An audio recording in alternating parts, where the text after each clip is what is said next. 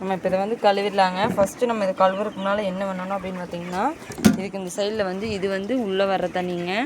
அது வந்து நம்ம ப்ரெஷர் கொடுக்கறது, அவுட்லைன் வந்து நம்ம கிளியர் பண்ணிக்கிறதுக்கு பைப் லைனு. ப்ரெஷர் கொடுத்தோம் அப்படின்னா ஸ்பீடாக போகும். இது வந்துட்டு கோழிங்களுக்கு அந்த நிப்பிளில் வந்து குடிக்கிறதுக்கு.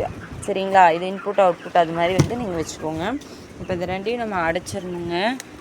உள்ளே வர்ற தண்ணி, கோழி குடிக்கிறதுக்கு போகிற தண்ணி, அது ரெண்டையும் அடைச்சிடணும். நம்ம அடைக்கல அப்படின்னா, அடைக்காமல் நம்ம இங்கே கழுவணும் அப்படின்னா, அந்த கழுவும் போது அந்த அழுக்கு இருக்கிறது அந்த தண்ணி அப்படியே நிப்பிளில் போய் குடிச்சிங்கன்னா கோழிக்கு இன்ஃபெக்ஷன் ஆயிரும்.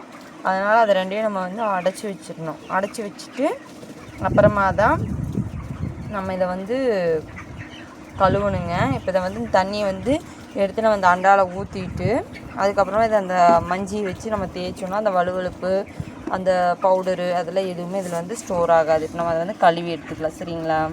பாருங்கள், அந்த அழுக்கு தண்ணி வந்து எடுத்துட்டு அதுக்கப்புறமா இதை வந்து நல்லா நம்ம ஸ்க்ரப்பு வச்சு இந்த சைடு ஃபுல்லாக எல்லாம் ஒரு தேய்ச்சிட்டோம் அப்படின்னா நல்லா நீட்டாக இருக்கும். அந்த வலுவழுப்பு இல்லாமல் இருக்கணும் அப்படின்னா இந்த மாதிரி நம்ம ஸ்க்ரப்பு வச்சு தேய்ச்சா தான் வலுவழுப்பு இருக்காது. நம்ம கையில் தேய்ச்சோன்னா வலுவழுமே தான் இருக்கும். அதுக்காக தான் இப்படி மஞ்சி வச்சு தேய்க்கிறோம். சரிங்களா? இந்த தண்ணியை ஊற்றிட்டு இன்னொரு டைம் வாஷ் பண்ணணுங்க. பாருங்கள், பளிச்சுன்னு கழுவிட்டு நான் இப்போ வந்து அந்த வால்வு ஒன்று மட்டும் ஓப்பன் பண்ணியிருக்கிறேன்.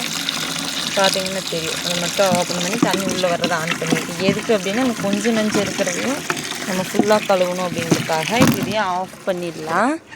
பண்ணிவிட்டு இப்போ இந்த இருக்கிற தண்ணியை தூக்கி ஊற்றிட்டு கோழிக்கு போகிறக்கு இந்த சப் டேங்க் வரக்கெலாம் நம்ம எப்பயும் போல் திருப்பி விட்டுடலாங்க. இதே மாதிரி மிச்சம் இருக்கிற 3 டேங்க்கும் நம்ம க்ளீன் பண்ண போகிறோம் இன்றைக்கி. அதுதான் இன்றைக்கி இப்போ இருக்கிற வேலை.